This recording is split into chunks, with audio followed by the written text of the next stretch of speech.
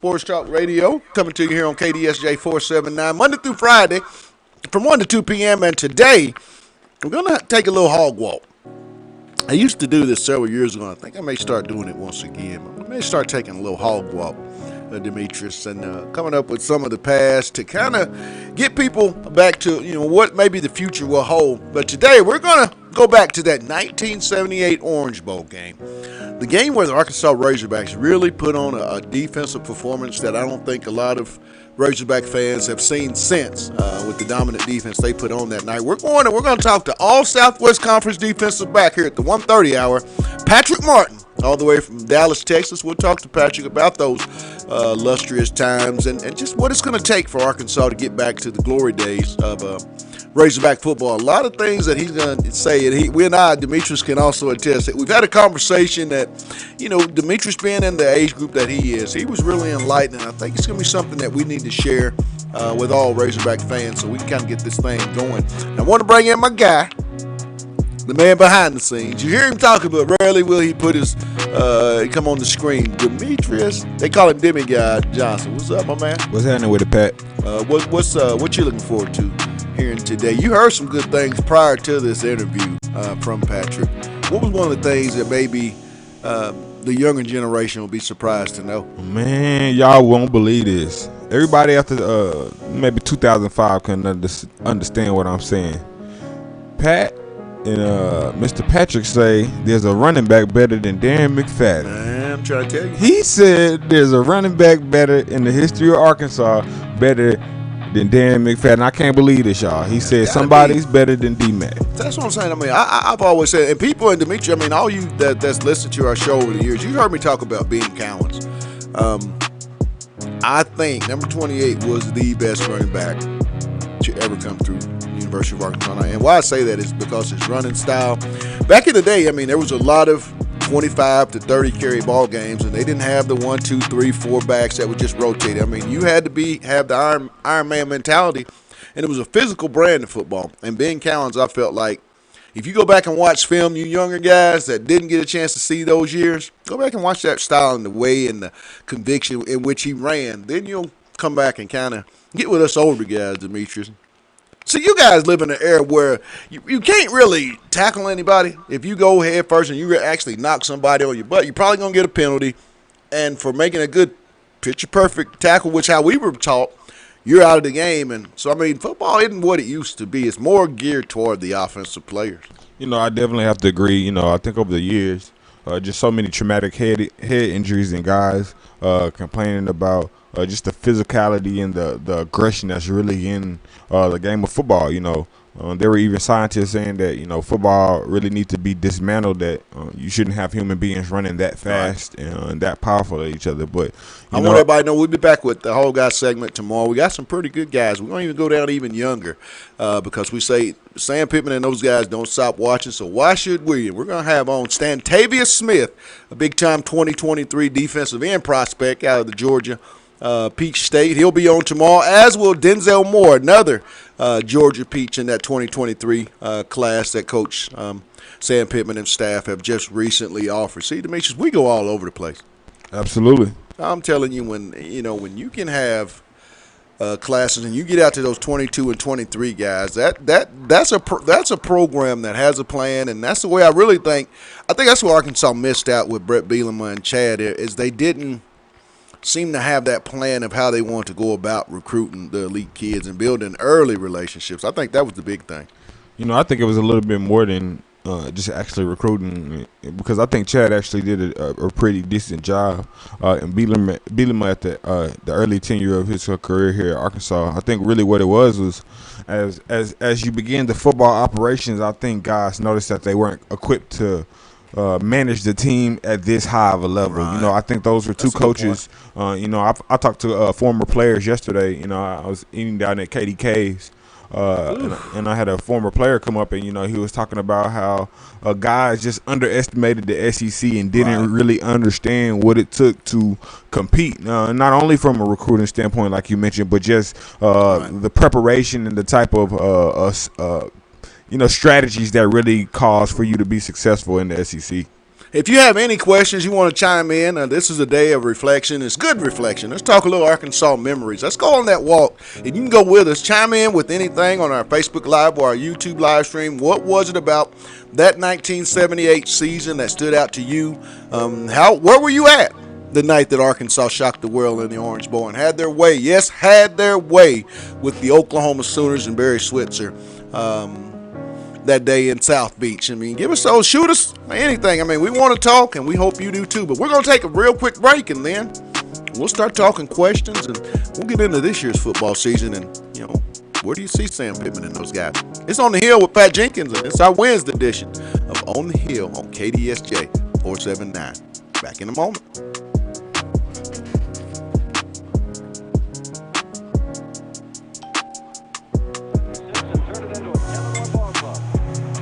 Against one of those major coaching decisions where he had to suspend 3 of his players. Barry Switzer, 51 wins and only 4 losses in his entire career at Oklahoma and thrown a couple of times. 38 years old, an amazing record. The Sooners say they are a field position team. They need good field position. They fear Steve Little. Little's kick is short and bounds into the end zone. That will come out to the 20-yard line.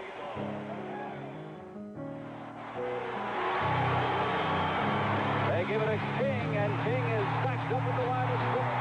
The ball is loose. Bobby Kimball is brought into play. He is wide to the right. Dropped and back down in the backfield. Back down by Reggie Freeman on formation. King in motion. Picks up the football.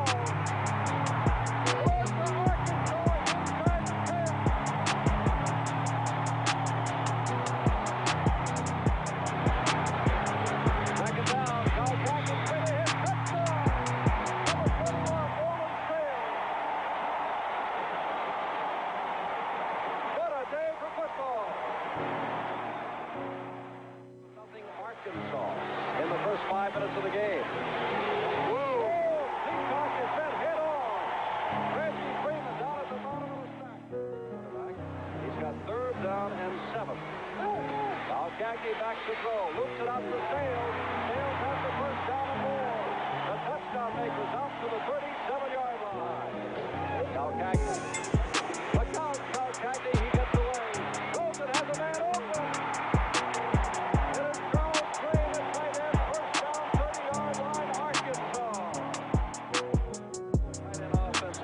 Many occasions. Now Cagney follows Sales and the ball is loose. Ball is loose. And belongs to Oklahoma. First man through, King still on his feet, and King has another 1st down to the 40-yard line under the football. The second time Oklahoma has turned it over. Now Cagney hands the ball off to Sales.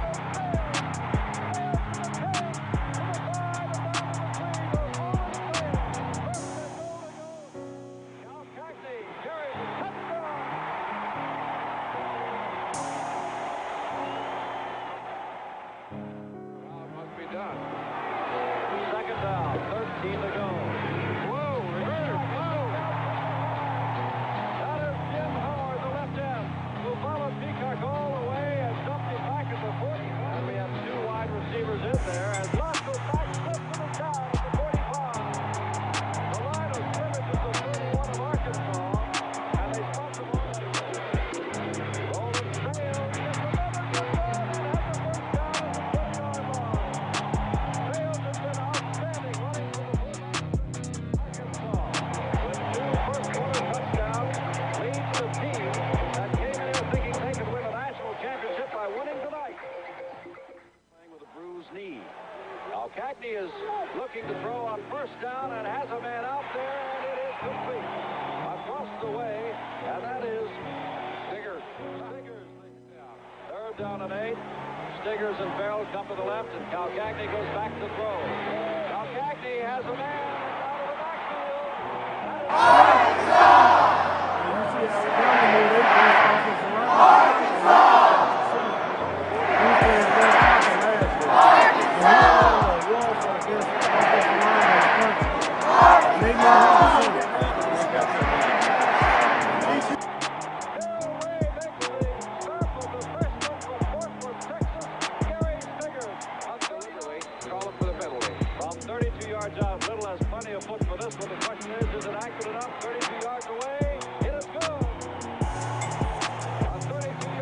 Welcome back. Welcome back. It's our Wednesday edition of On the Hill with Pat Jenkins Sports Talk Radio here on KDSJ 479. And before we continue on, we want to give a shout out to our sponsors for it would not be possible without those guys. And that being said, Lindsay and Associates with an office location in Fayetteville, an office location also too in Rogers. That's Locomotion. It's located just below the Northwest Arkansas Mall in Fayetteville. Corey Beck's Custom Planning, and the one we always talk about. I was just there yesterday. May go back down now. You think if I went back, they really think I had a problem? That's KDK's Chicken down at 989 South Razorback Road. Go see Keith and Kathy and get a plate of that love.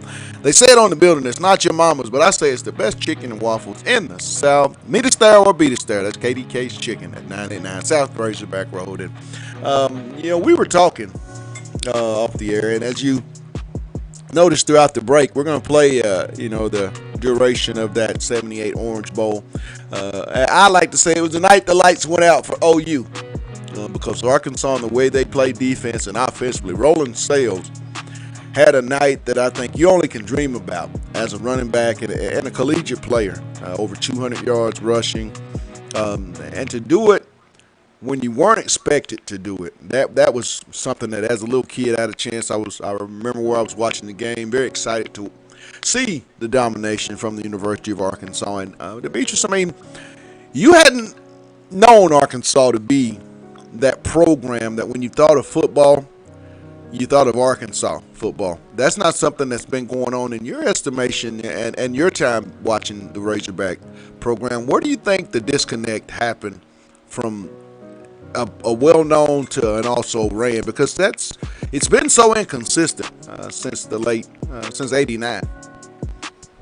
I really can't speak on Arkansas football until you get to Petrino era. That's kind of when I came around to really recognize. I knew about the Houston Nut and heard stories, but I was actually in Korea during that whole phase of the Houston Nut era.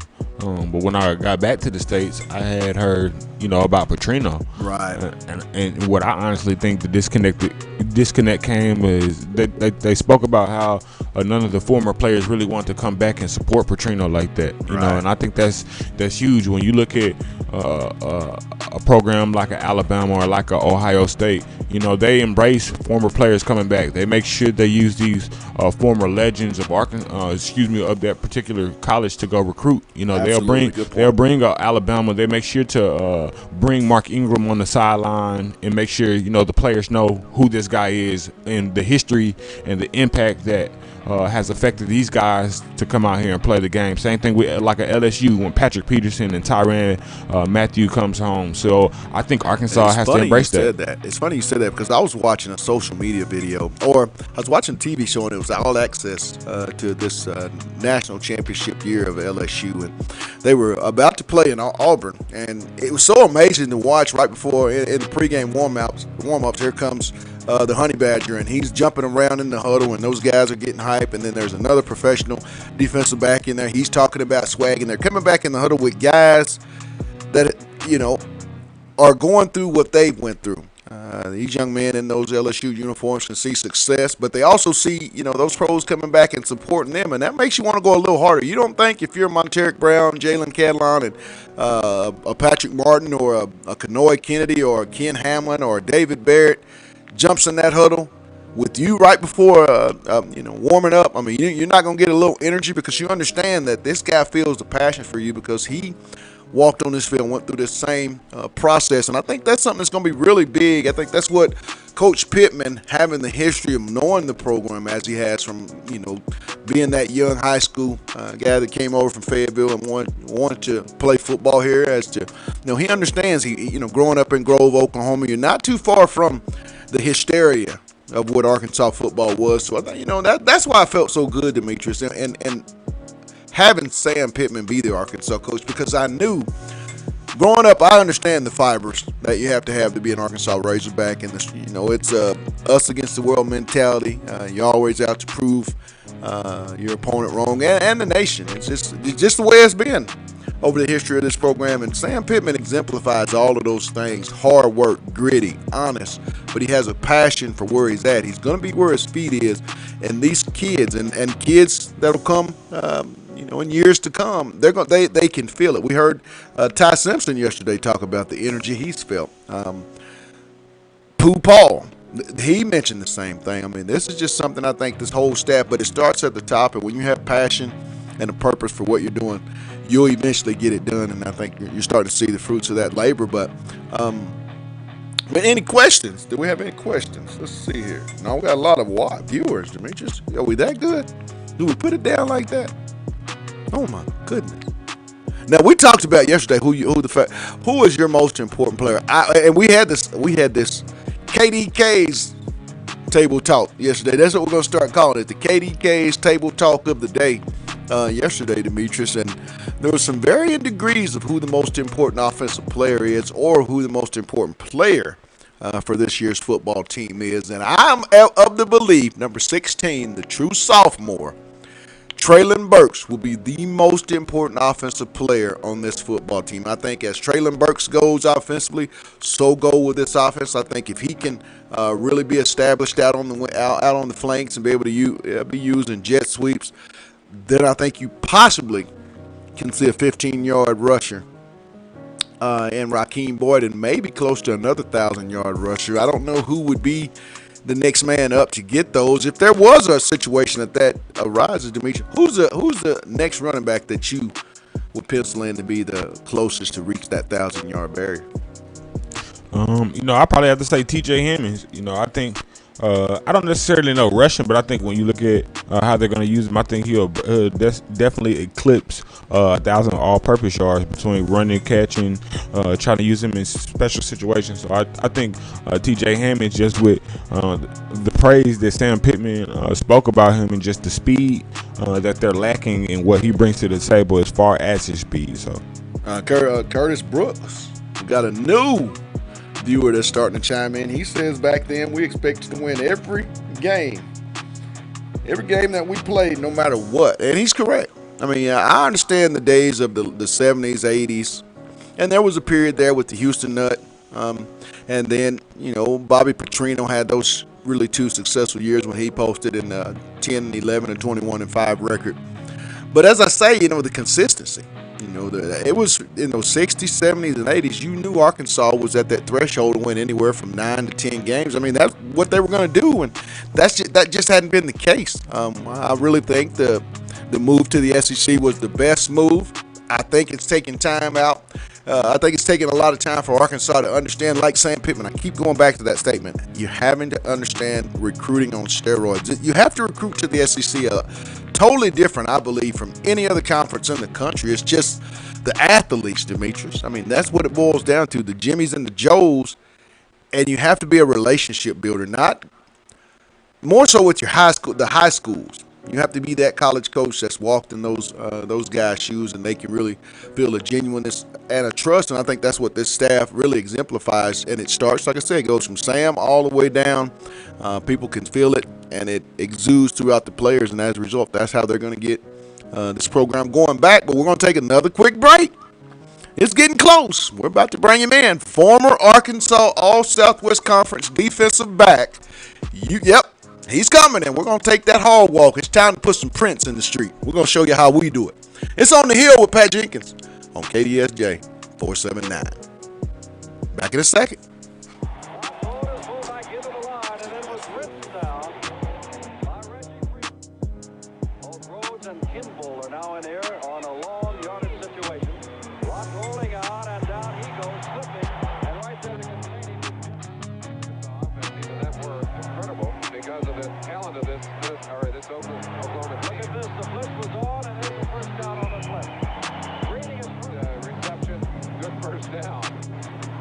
There goes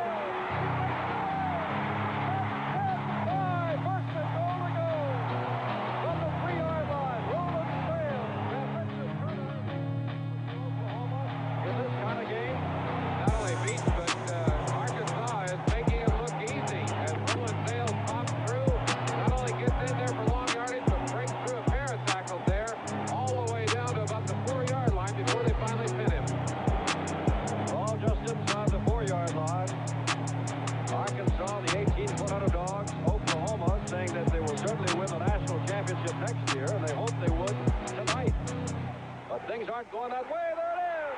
Touchdown, and there's that man again, Sales. Oh, boy. Thomas Lott. And there's a pass to Bobby Kimball. Lost the football.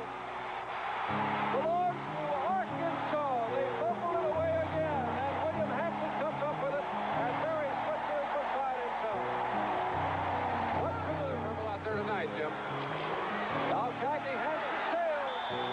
The hardcore rushing record is a 187-yard ball. Now Cagney misdirection again. Looking over the middle. Pass. Intercepted. Oklahoma stops it. Down at 15 to go now. Lott. Goes down. Levin is the quarterback. Levin looking to the end zone. Touchdown. That hits the tight end. And that's only the second time all year long that Arkansas has been scored on by a touchdown pass. Only one. 24-6 at the moment. Oklahoma's going for two. Peacock back. Peacock running. Peacock does not make it.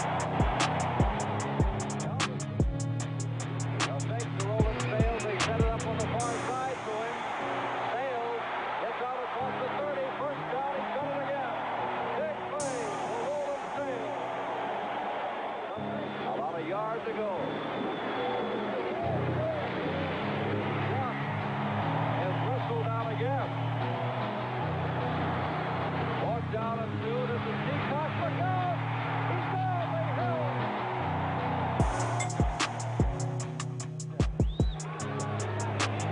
Levins carries the football and down he goes, and Dan Hampton has him, number 86. Third down.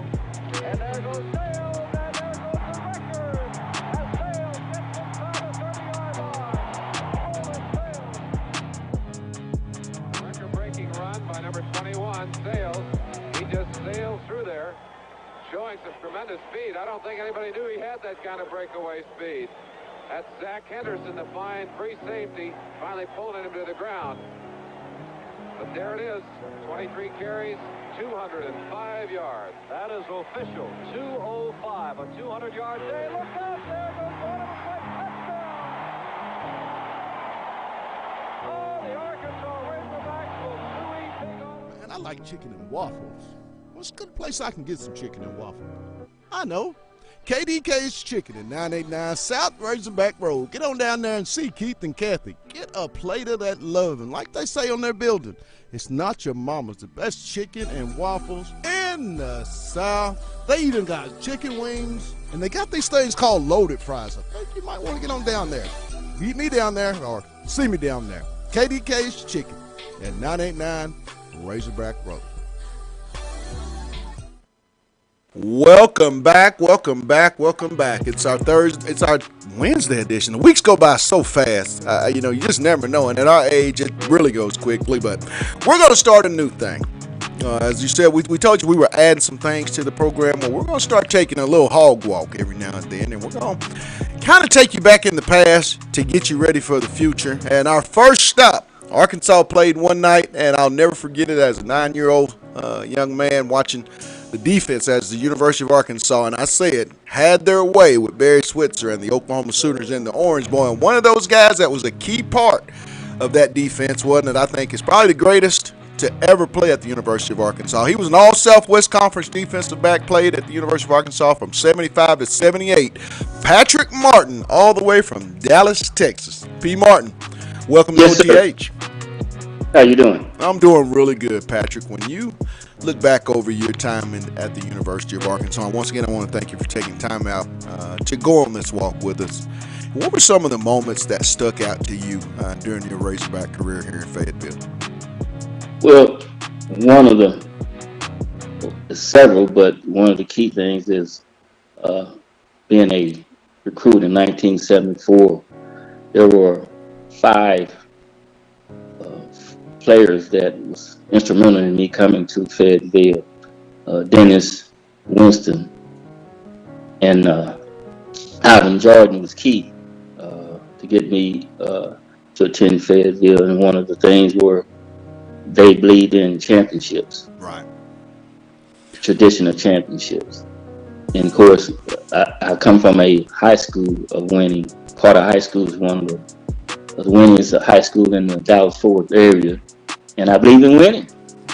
When we talked, So Patrick, you said you really didn't know a lot about the University of Arkansas, but the one thing you did know is it was known for great football.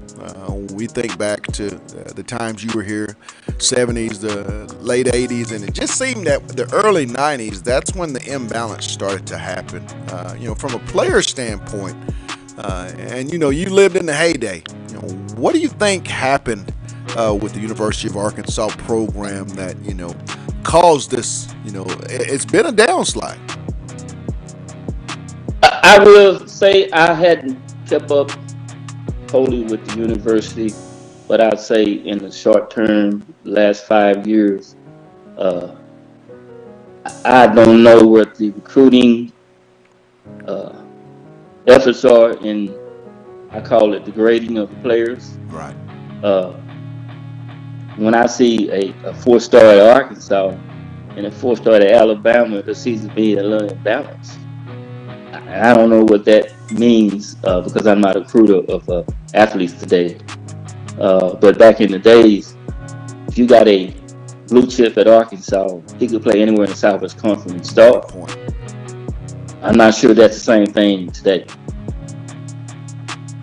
in the SEC.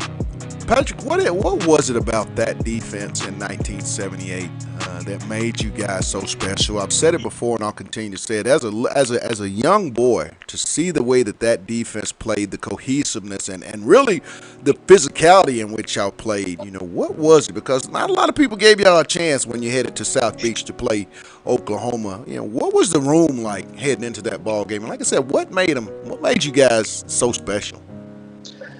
We believed in bending but not breaking. We realized we weren't the biggest team on defense, but we was physical and we was quick. And I can remember in practice, I recall Coach Kiffin and the defensive coaches in practice, they would have us go to the ball. And what that meant to them was if the play was on the right side, he was on the left. At the end of the play, when the whistle stopped blowing, is when I had to come from the left side all the way to the right side and be in front of that ball. So that means 11 players had to be around the ball at the end of the play. What that means in the game, everybody's chasing the ball. And then we realized that angles is very important on defense. It's not how much talent you have, it's where you run to the ball. I see a lot of times I can't run in the same angle as my free safety because we're at a different point. I can't go to where the ball is. I got to go where it's going to be. A lot of times you overrun the play or underrun the play, and that's key in defense. As a high school senior, Patrick, being recruited to Arkansas, it's quite obvious the area that you grew up in.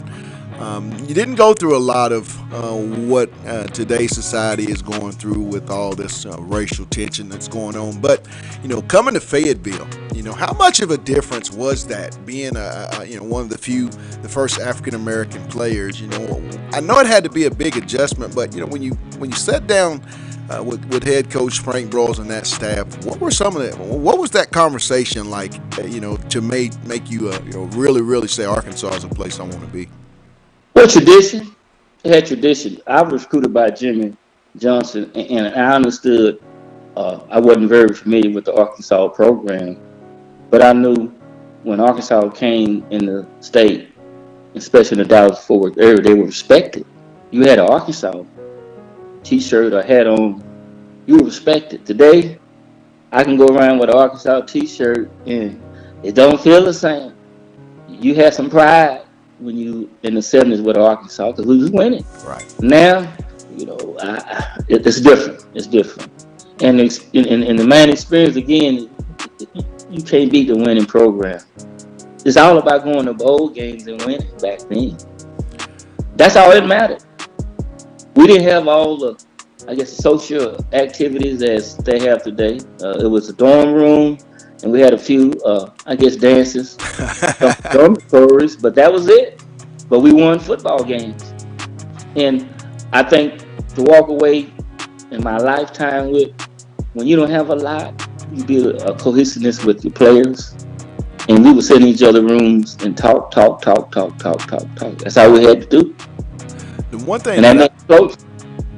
the one thing that I've always felt that had to be increased and made more of a priority was the alumni, the former Razorback football players, alumni. When you look at that, Patrick, guys like yourself, how important do you think it is when to have a guy that's an All Southwest Conference defensive back, played when it was a really good tradition here at Arkansas, to go into that huddle with guys, say this year's secondary, and be there and let them know, hey, that I've been through this. How important is it that Arkansas starts to embrace the past to kind of help them move forward to the future? I think, as I spoke to you earlier, when you talk about tradition back in the 70s, you hear from former players before you, that was a tradition.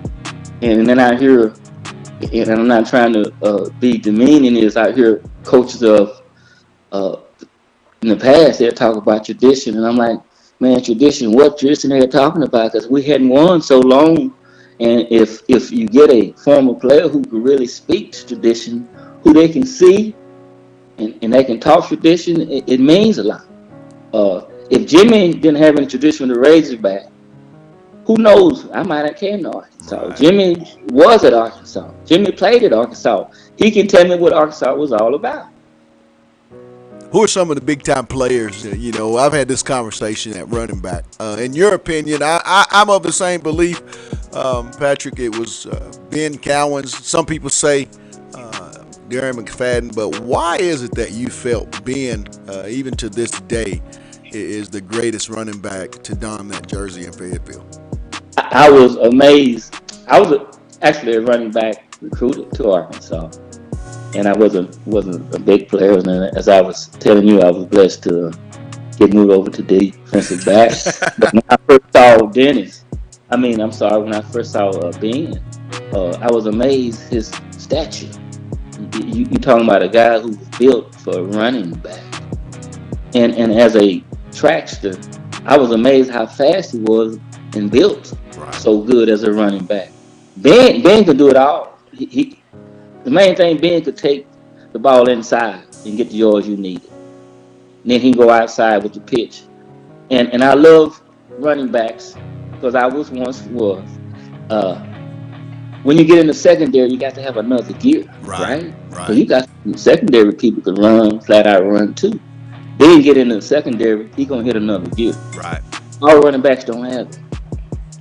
Talking with Jerry Patrick. was another one that had that extra gear. I totally agree with you. We're talking with Patrick Martin, former Arkansas Southwest Conference all defensive back, played at the University of Arkansas from 75 to 78, was a key member in that 78 Orange Bowl. And when you think back to that night in South Beach, Patrick, what's the one moment?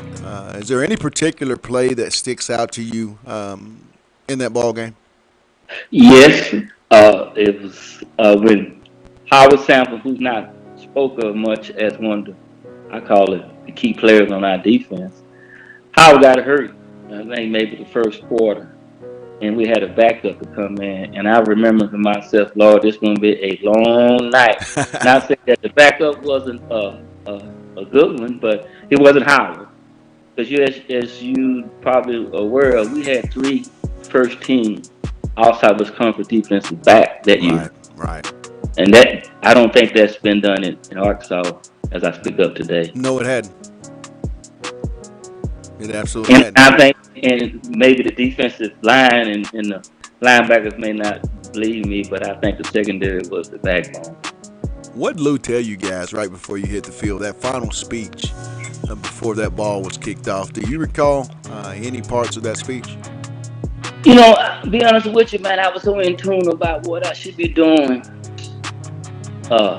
in my assignments, because I had a closed ear to a lot of speaking, a lot of newspapers. So, to be honest with you, I couldn't say much other than me and some other guys went out early for the just toss, the coin and so forth. So I didn't get a chance to hear Coach. Talking But with I stand from Coach from Cal Cagney. I just heard him on one of the talk shows. He spoke of Coach gave him a rah-rah kind of talk to pep him up. So I didn't get that. Talking with former All Southwest Conference defensive back Patrick Martin, was a key member in that '78 Orange Bowl, Arkansas 31-6, I believe. But Patrick, when you think about your career and you go back and the games in Fayetteville, you get down, you get dressed, you're in the Broyles Complex. Take me through those moments and what was that feeling like to be able to come through the A there on game days? Oh man, the first time that I recall, I got a chance to be the lead man, and man, that's a thrill, and one of the proudest moments I think in my career. After my mom had told me, my dad it felt so good to see his son being the first guy to come through that A, and that's an honor. That's an honor. Last question to you, and I want everybody to know we're talking with former Southwest Conference Southwest Conference defensive back Patrick Martin. But Patrick, when you think back to your career, that very successful time you guys had in Fayetteville, what's the uniqueness in your opinion about being an Arkansas Razorback? Family. It really was a family back then. I'm not quite sure. So many distractions with the players now. I don't think they're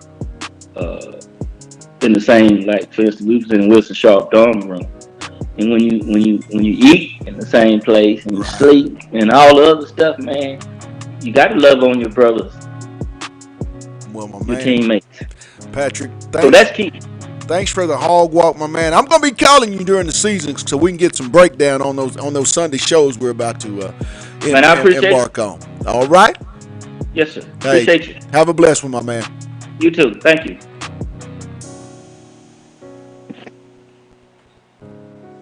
That was former All Southwest Conference defensive back Patrick Martin. Played in the heyday, and I still say that 1978 defense was the best defense that I've ever watched take the field over the course of a season at the University of Arkansas. I mean, they had some dudes. And he was right. 3 All Southwest Conference defensive backs. If you're a media guy or if you just like stats, find me another group, another team that's had that. I mean, that was a special group. They were number 3 in the country. That 31-6 domination of OU. And I mean it. It was a domination. You can't say it any other way. Arkansas had their way on that one given night in South Beach in the Orange Bowl. They did it the way they wanted to do it. And Patrick Martin was one of the guys that did it best on that defense, and we want to thank you for taking time out. And Demetrius, when you think about it and you hear a former player that played in such a successful era as Patrick did, was an all-conference DB, 3 defensive backs made first team that year. I mean, what does that do to you? I mean, like I said, you come up through an era where it's been kind of every 3 or 4 years they may have that type of season. I mean, what'd you take from this interview? To me, I think Arkansas needs to do a better job of just recognizing their former players. I mentioned how a lot of the time Alabama and the Ohio States and the LSUs really show their players they're appreciated, and so many times when we talk to former players, they talk about how after their last game that was it, and I don't think that should be the case. I think when you have a student athlete that comes and brings value to your university through athletics, they should be honored and remembered. I'm not saying every player should be able to come to the game, but they should have some type of system where they're cycling former players to be a part of the new founding history here at Arkansas. So I think if Sam Pittman can do that, I think it's going to bring a big element to the University of Arkansas. Well, I mean, real quick, we got some questions, my man, we got to get to, but we're going to play a little bit more of that Orange Bowl that night in South Beach, that Arkansas. It was whole hog, and I mean it was whole hog for 4 quarters. And then we'll be back to close this thing out. It's On the Hill with Pat Jenkins on KDSJ 479. Back in a sec.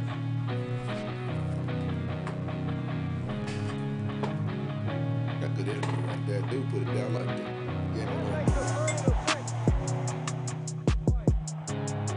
Hand off to White. A beautiful hole blown in there on the left side of that line.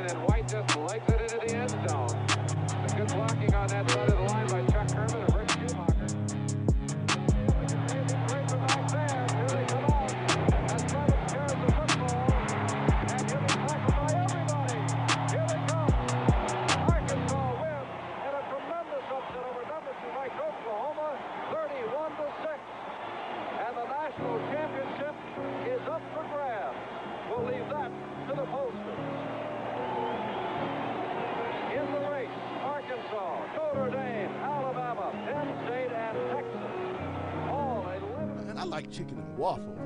What's a good place I can get some chicken and waffles? I know. KDK's Chicken at 989 South Razorback Road. Get on down there and see Keith and Kathy. Get a plate of that love. And like they say on their building, it's not your mama's. The best chicken and waffles in the South. They even got chicken wings. And they got these things called loaded fries. I think you might want to get on down there. Meet me down there or see me down there. KDK's Chicken at 989 Razorback Road.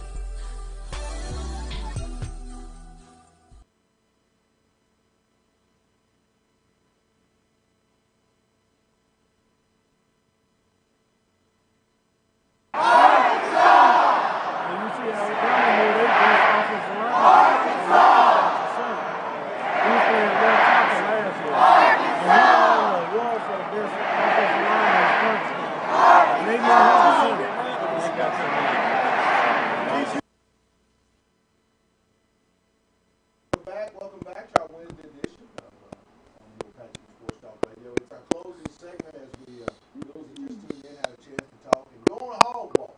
Yep, we're going to start it. It's called the hog walk. Get ready for it. We're going to go places and bring memories that only, you got to be close to know really what's going on. You got to be real close. We're going to spend it. We're going to bring tidbits that we think we feel will be very, very beneficial to all Razorback fans, people that like to view our show from other places, so we can all understand the history of the SEC. Arkansas is one of those schools that still people need to know the history of this program. All they know right now, Demetrius, in the years that they've been in the SEC, is that they hadn't been very good. And if you know the history here in Fayetteville, that's not necessarily been the case all the time. I mean, this is a very storied athletic program from top to bottom, and we hope that through our hog walk and talking to a lot of the former players from all walks in every era, that you guys can have a better understanding of what really went on and that really goes on at the University of Arkansas athletically. But that's going to wrap it up today. We had a great show. We'll be back. Hey, the Hog Guy segment, we just had to get the bus taken care of a little bit. We got some things in the works. We'll be back to the Hog Guy segment, letting you hear more of the brand that Arkansas, Coach Pittman, Musk, Neighbors, all those guys are putting out as far as Arkansas Razorback athletic goes. We want to give a thank you. As before we get out of here, we always got to show love. Lindsay and Associates, an office location in Fayetteville, office location also too in Rogers. Locomotion is located just below the Northwest Arkansas Mall. Corey Beck's Custom Painting, and lastly, KDK's Chicken. It's located down at 989 South Razorback Road. Go down, see Keith and Kathy, get some of that love. Like to say, it's not your mama's. I say it's the best chicken and waffle in the South. Beat us there, beat us there. That's down at KDK's Chicken, 99 South Razorback Road. For our guest, former Arkansas defensive back, all Southwest Conference defensive back, Patrick Martin, played here in Fayetteville from 75 to 78. He was one of the key members in that great historical defense back in 78 Orange Bowl. I want to thank him for taking time out and being our first hog walk segment here on OTH. From our producer, Demetrius Johnson, for all of our viewers, the questions, keep them coming, and we will too. We'll see you tomorrow. It's on the hill with Pat Jenkins on KDSJ 479. You guys have a blessed one.